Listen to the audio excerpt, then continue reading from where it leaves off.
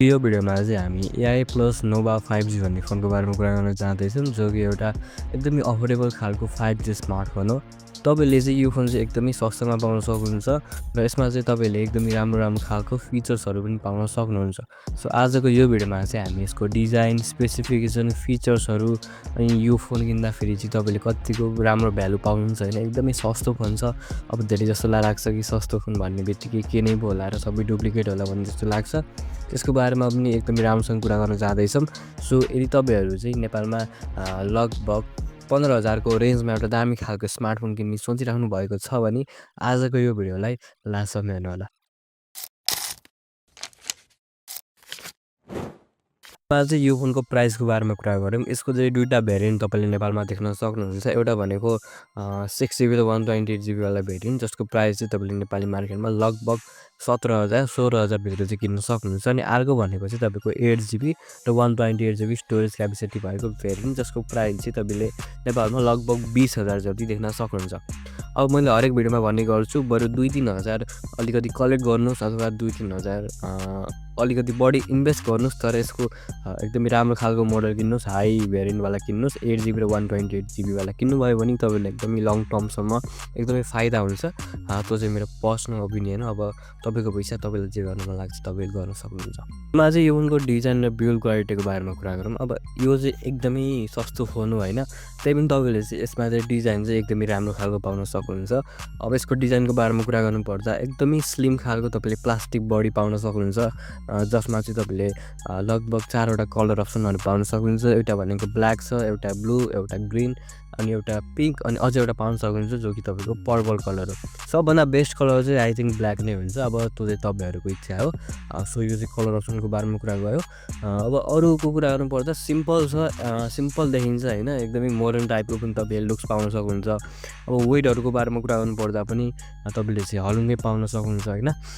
So slim छ, modern छ, design र बिल्ड क्वालिटी पनि एकदमै राम्रो छ, स्टाइलिस छ। मेनली होइन, यति सस्तोमा यति राम्रो डिजाइन पाउनु भनेको एकदमै ठुलो कुरा हो। सो डिजाइन बिल्ड क्वालिटी चाहिँ यो फोनको चाहिँ पैसा अनुसार चाहिँ एकदमै बेस्ट लाग्यो मलाई चाहिँ। यो फोनको डिस्प्लेको बारेमा कुरा गरौँ। यसमा चाहिँ तपाईँले 6.7 इन्चको एचडी प्लस एलसिडी स्क्रिन पाउन सक्नुहुन्छ। 120 हर्ट्जको रिफ्रेस रेट पनि छ। अब रिफ्रेस रेटको कुरा गर्नुपर्दा एकदमै राम्रो रिफ्रेस रेट पाइराख्नु भएको छ। एकदमै स्मुथली तपाईँले डिस्प्लेमा काम गर्न सक्नुहुन्छ होइन। बट यसमा चाहिँ एउटा प्रब्लम छ। त्यो प्रब्लम चाहिँ के भन्दा एलसिडी डिस्प्ले हो। यो चाहिँ एमोलेडहरू भइदिएको राम्रो हुन्थ्यो। अब एलसिडी डिस्प्लेमा चाहिँ तपाईँले अलिकति क्वालिटीमा अलिकति डिसेन्ट टाइपकै क्वालिटी देख्न सक्नुहुन्छ होइन। नर्मल फोनहरूमा हुने टाइपकै तपाईँले पाउन सक्नुहुन्छ। बट रिफ्रेस रेट चाहिँ एकदमै राम्रो भएको कारणले चाहिँ यो डिस्प्ले एकदमै बवाल बन्न जान्छ। तपाईँले चाहिँ गेमिङ गर्नुहुन्छ अथवा टिकटकहरू सोसियल मिडियाहरू चलाउनुहुन्छ भने पनि एकदमै स्मुथली तपाईँले चलाउन सक्नुहुन्छ। युआईको एनिमेसनहरू एप खोल्दा बन्द गर्दा त्यो टाइपको एनिमेसन पनि तपाईँले एकदमै राम्रो पाउन सक्नुहुन्छ। सो यो डिस्प्लेमा चाहिँ सबभन्दा राम्रो कुरा भनेको यसको रिफ्रेस रेट हो होइन। तपाईँले चाहिँ यो डिस्प्लेलाई चाहिँ पानी बगे जस्तो चाहिँ बगाउन सक्नुहुन्छ होइन, एकदमै स्मुथ छ। सो ओभरअल चाहिँ डिस्प्ले पनि मलाई एकदमै राम्रो लाग्यो। चाहिँ यो फोनको पर्फर्मेन्सको बारेमा कुरा गरौँ। यसमा चाहिँ तपाईँले युनिसक T8200 भन्ने चिपसेट पाउन सक्नुहुन्छ, जसले चाहिँ तपाईँलाई चाहिँ एकदमै ब्यालेन्स्ड खालको पर्फर्मेन्स दिन्छ।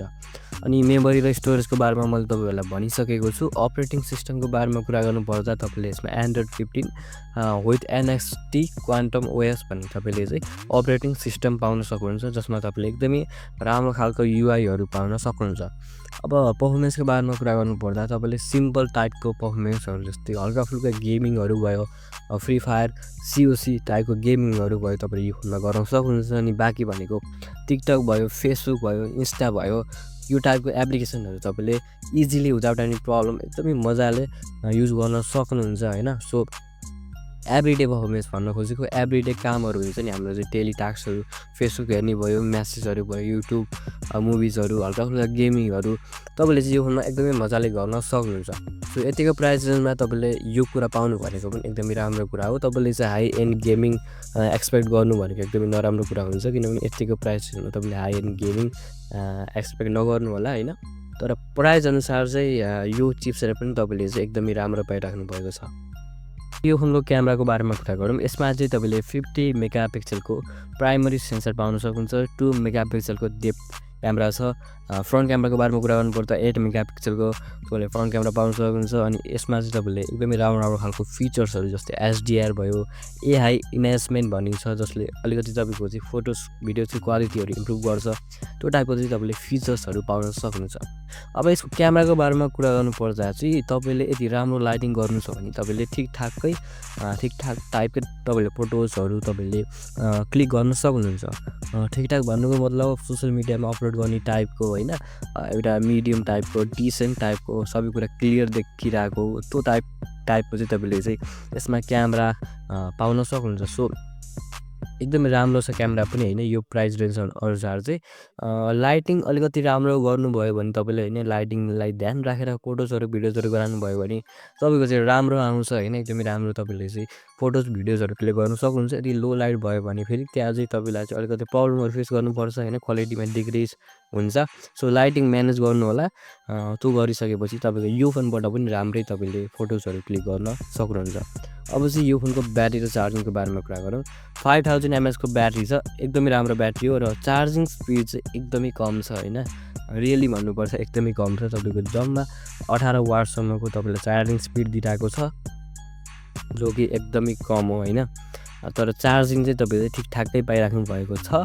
अब त्यसैले काम चलाउनु होला। चार्जिङ अब चार्जर चाहिँ तपाईँको मिडियम टाइपको छ, जसले गर्दा चार्ज धेरै बेरसम्म टिक्छ होइन, लगभग 1 दिनसम्म मजाले टिक्छ। अब चार्जिङ स्पिड चाहिँ अलिकति स्लो छ, लगभग तपाईँको 1-2 घन्टा लाग्छ होला चार्ज हुन। सो फेरि 1-2 घन्टा चार्ज भएपछि फेरि 1 दिनभरि चल्छ नि त, फेरि त्यही हो राम्रो कुरा यसको चाहिँ। सो ठिक छ, ब्याट्री पनि अब ब्याट्री राम्रै पाइराख्नु भएको छ। चार्जिङ स्पिड चाहिँ अलिकति कम छ। अब यो प्राइस होइन, यति नै माग्छु तपाईँले होइन, धेरै एक्सपेक्ट गर्नु चाहिँ हुँदैन। त अरू फिचर्सहरूको बारेमा कुरा गर्नुपर्दा चाहिँ सबभन्दा मेन कुरा चाहिँ यसमा तपाईँले 5G सपोर्ट पाइराख्नु भएको छ होइन, एकदमै राम्रो कुरा हो। फेरि पनि यो प्राइस रेन्जमा 5G पाउनु भनेको एकदमै राम्रो कुरा हो, किनभने अझाल चाहिँ कुनै फोनमा 30-40 हजारको फोनमा पनि तपाईँले 5G सपोर्ट देख्नु हुँदैन। यसमा त झन् 5G सपोर्ट भइन्छ। प्लस अझै एउटा राम्रो कुरा भनेको साइड माउन्टेड फिङ्गरप्रिन्ट सेन्सर पाइराख्नु भएको छ, जो कि अझै पनि एउटा दामी कुरा हो। कुनै फोनमा पाइँदैन होइन, धेरै जस्तो फोनमा चाहिँ पाइँदैन, अलिकति महँगो फोनमा मात्र पाइन्छ यो साइड माउन्टेड फिङ्गरप्रिन्ट सेन्सर। एकदमै सिक्योर गर्छ तपाईँको फोनलाई। वाइफाई भयो, ब्लुटुथ 5.0 भयो, तपाईँको चाहिँ तपाईँले यसमा हेडफोन ज्याक पनि पाउन सक्नुहुन्छ। 3.5 को USB-C पोर्ट भयो, अनि ब्लुटुथ 5.0 GPS यस्ता उता सबै तपाईँले चाहिँ सबै टाइपको फिचरहरू चाहिँ यो फोनमा पाउनुहुन्छ। अब चाहिँ सरल र यसको चाहिँ राम्रो कुरा र नराम्रो कुराहरूको बारेमा कुरा गरिदिन्छु, जसले गर्दा फोन किन्ने नकिन्ने भनेर तपाईँहरूलाई डिसिजन लिन एकदमै सजिलो हुन्छ। सबभन्दा पहिला यो फोनको मेन खासियत भनेको चाहिँ एकदमै सस्तो छ होइन, लगभग 20,000मा तपाईँले यसको हाई मोडल किन्न सक्नुहुन्छ। एकदमै दामी छ। बजेट छैन भने, बजेट कम छ भने यो फोन तपाईँले ट्राई गर्न सक्नुहुन्छ। डिस्प्ले पनि एकदमै राम्रो छ, सस्तो त्यसैमाथि डिस्प्ले एकदमै दामी। क्यामेरा पनि तपाईँको एकदमै राम्रै दिएको छ। प्लस 5G सपोर्ट छ, एक्सपान्डेबल स्टोरेज तपाईँले अप्सन पाउन सक्नुहुन्छ, डुअल सिम राख्न पाउनुहुन्छ। सो यो भयो यसको राम्रो कुराहरूको बारेमा। अब सस्तो छ, अब केही न केही त कमजोरी हुनै पर्यो होइन। जस्तै यसमा HD+ मात्र रिजोल्युसन पाइराख्नु भएको छ सबैले। फुल HD+ चाहिँ तपाईँको रिजोल्युसन छैन, जसले गर्दा अलिकति चाहिँ अलिअलि चाहिँ तपाईँलाई नोटिस हुनसक्छ। अर्को कुरा भनेको प्लास्टिकको बिल्ड छ। प्लास्टिकको बिल्ड छ भन्दैमा नराम्रो देखिन्छ भन्न खोजेको होइन, तर एउटा फिलिङ हुन्छ नि, एल्युमिनियमको फ्रेमको मेटलवाला एउटा फिल आउँछ नि, कस्तो प्रिमियम टाइपको के, छोप्दा पनि है कस्तो मजा आउने टाइपको हुन्छ नि, त्यो टाइपको चाहिँ तपाईँले यो फोनमा पाउँदैन, किनभने प्लास्टिकले बनेको फोन हो। त्यो कुरा हो। अनि चार्जिङ स्पिड चाहिँ एकदमै कम छ होइन, तपाईँले लगभग 10 देखि 18 वाटसम्म पाइराख्नु भएको छ। त्यो चाहिँ राम्रो पिटिकै पनि होइन, एकदमै स्लो छ होइन, तपाईँलाई झ्याउ नि लाग्छ होला। सो त्यो चाहिँ कुरा भयो। बाँकी यो फोन चाहिँ एकदमै राम्रो छ। यो फोन चाहिँ कस्तो मान्छेहरूलाई ठिक हुन्छ भन्दाखेरि तपाईँले चाहिँ आफ्नो प्यारेन्ट्सहरूलाई चाहिँ यो फोन किनिदिन सक्नुहुन्छ, अथवा फोन गिफ्ट गर्नु छ भने कसैलाई यो फोन किनिदिन सक्नुहुन्छ, अथवा नर्मल युजको लागि कुनै फोन चाहिएको छ। अब तपाईँसँग एउटा फोन अलरेडी छ राम्रो होइन, आइफोन, स्यामसङ एकदमै दामी फोन छ, तर एउटा सेकेन्डरी फोन चाहिएको छ भने यो फोन तपाईँले युज गर्न सक्नुहुन्छ। सबभन्दा राम्रो चाहिँ प्यारेन्ट्सहरूलाई दिनुहुन्छ, किनभने प्यारेन्ट्सहरूलाई खासै त्यस्तो कुरा चाहिँदैन, टिकटक फेसबुक चलाउन पाए भइहाल्यो होइन। उहाँहरूको लागि चाहिँ यो फोन एकदमै बेस्ट हुन्छ। सो यही नै चाहिँ यो फोनको बारेमा। यो फोन चाहिँ राम्रै सेल भइरहेको छ मार्केटमा होइन। बाँकी तपाईँहरूलाई यो फोन कस्तो लाग्छ तल कमेन्ट बक्समा चाहिँ कमेन्ट गर्न सक्नुहुन्छ।